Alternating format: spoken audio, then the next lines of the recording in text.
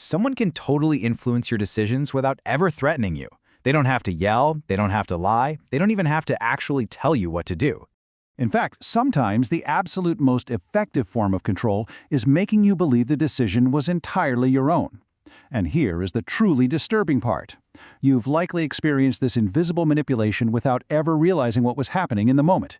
It feels completely natural, right up until you realize you've done something you never actually wanted to do. Welcome to today's Explainer. We're undertaking a pretty fascinating investigation today. We're going to break down 7 specific psychological tactics that people use to subtly influence your behavior. But more importantly, we're going to look at the exact mental tools you can use to recognize these tactics before they actually work on you. We're calling this Hidden Motives, the Anatomy of an Illusion. Okay, let's dive right into Phase 1, Fabricated Agency and Debt. These are choices and favors designed specifically to trap you. So let's explore how everyday choices serve as this very first layer of weaponized influence. It starts incredibly subtly. This brilliantly illustrates our first tactic, the choice that isn't really a choice. Imagine someone says to you, "Hey, do you want to do it tonight or tomorrow?" On the surface, it sounds like you're being given total freedom, but notice what's missing there. The question automatically assumes you're going to do it. The only thing you're apparently allowed to decide is when. Instead of asking if you actually want to participate, the person frames the conversation around which version of their preferred outcome you'll accept. Because you are technically still choosing something, your brain gets tricked into feeling a sense of agency. But you need a mental firewall against this kind of false choice. Whenever someone gives you 2 options, pause and ask yourself, wait, are these actually the only options? Remember, you don't always have to choose between A and B. Sometimes, the completely correct answer is simply neither. Now, what's really interesting here is the boundary between just normal human behavior and a calculated psychological trap. Humans naturally feel pressure to return favors, right? It's literally how our societies function. Someone helps you, so you want to help them. That is healthy reciprocity. But manipulative reciprocity is very different. Imagine a colleague buys you a cheap cup of coffee and then later uses that to guilt you into working their weekend shift. Suddenly, that tiny little favor is being used as heavy leverage to make you feel obligated to give them something you never actually agreed to. See, the original favor has been transformed into a psychological debt. To arm yourself against this, you really need to test if you're acting out of a genuine willingness or just induced pressure. Ask yourself this definitive question: would I still agree to this if they had never done that favor for me? If your answer is no, you're likely responding to calculated pressure. Moving on to Phase 2, Punishment and Shifting Goals, Controlling through Withdrawal and Endless Requirements. We're plunging a bit deeper into the emotional manipulation layer now. You know, not every manipulation is loud. Sometimes the absolute most potent message is communicated through total withdrawal. Let's contrast genuine space with what we call the silent punishment. If someone takes space because they're genuinely upset and just need to process their feelings, that isn't automatically manipulation. But the silent punishment is a repeated, deliberate pattern. You disagree with someone and suddenly they're ice cold. They stop responding, they withdraw affection, they're actively using this coldness to punish your disagreement. And eventually, that silence becomes so incredibly heavy that you start thinking, you know what, maybe I should just agree. That is exactly where this mechanism becomes powerful. You aren't changing your position because someone actually proved you wrong with facts. You're changing it because you're desperate to restore peace.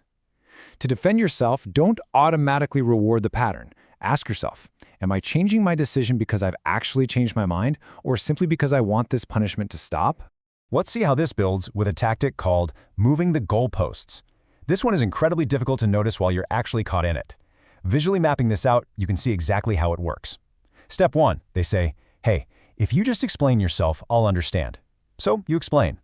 Then step 2, the requirement magically changes. Well, you didn't explain it properly. Okay, so you try again. Then step 3 hits. Look, if you actually cared, you would have known without me even asking. The finish line for their approval is just constantly being pushed back. You literally can never win. The problem isn't that you haven't satisfied the requirement. The problem is that the requirement is designed to be impossible to meet.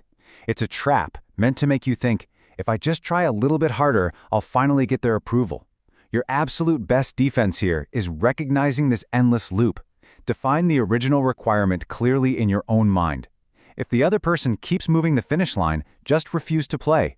You do not have to endlessly prove yourself against a standard that morphs every single time you reach it. Let's jump to phase 3, social and identity traps. This is where they weaponize your tribe and your ego. Here, the attacks go after our deepest innate human needs, our need for social belonging, and our fundamental concept of who we are. Listen to these everyday phrases. Everyone agrees with me. Or, a good friend wouldn't say no. Or maybe, real men don't back down. Notice what's actually happening here. The influencer isn't proving their argument at all. They're trying to hold your identity hostage, or they're trying to make you feel completely socially isolated just for daring to disagree. Because we humans are social creatures, we naturally look to others when we're uncertain. When someone says nobody else has a problem with this, we unconsciously conflate truth with popularity. We stop asking, is this true? And we start asking, do people like me believe this? You have to ruthlessly separate these two concepts in your mind. What is actually true versus what everyone else supposedly believes. Popularity is not actual evidence. And honestly, neither is isolation. When they attack your identity, saying things like, you're not the kind of person who would do that, they're making it psychologically expensive for you to disagree. You might end up defending a terrible decision just so you don't have to admit, maybe I'm not who I thought I was. You absolutely must separate your decision from your identity. Remind yourself, you can be a highly loyal person and still say no to a friend. You can be a strong, confident person and still admit you were wrong. All right, phase 4, the invisible influence, shaping the environment around your decision. This is without a doubt the most insidious and subtle tactic of them all. The manipulator doesn't push you, they shape the environment so you push yourself. Instead of telling you what they want, they drop subtle hints, they make loaded comments, they create a very specific atmosphere around you. Essentially, they make you do the work for them. Eventually, you reach the exact conclusion they wanted you to reach. And because there was never an obvious command, because they never gave you a direct order, you feel completely independent. This makes it incredibly difficult to detect. To combat this invisible influence, you need an intellectual tool to break the spell.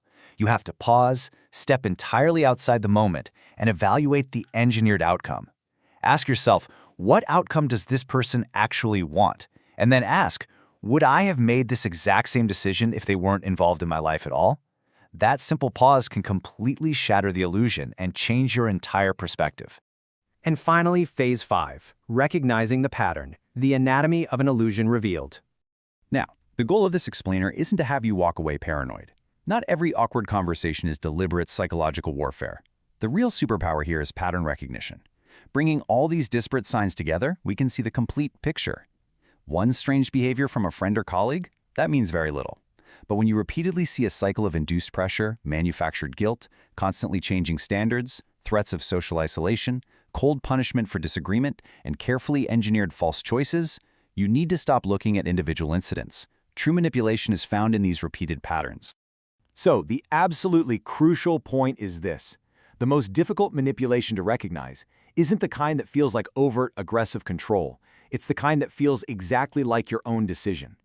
But once you see this invisible pattern for what it actually is, the illusion breaks. You become remarkably much harder to control. You now have the tools to protect your autonomy. You know how to spot the false choices, the shifting goalposts, and the silent punishments. Which leaves us with one final fascinating thought for you to reflect on today. Now that you see the pattern, what other choices in your past weren't really yours? Take care, and we'll see you in the next explainer.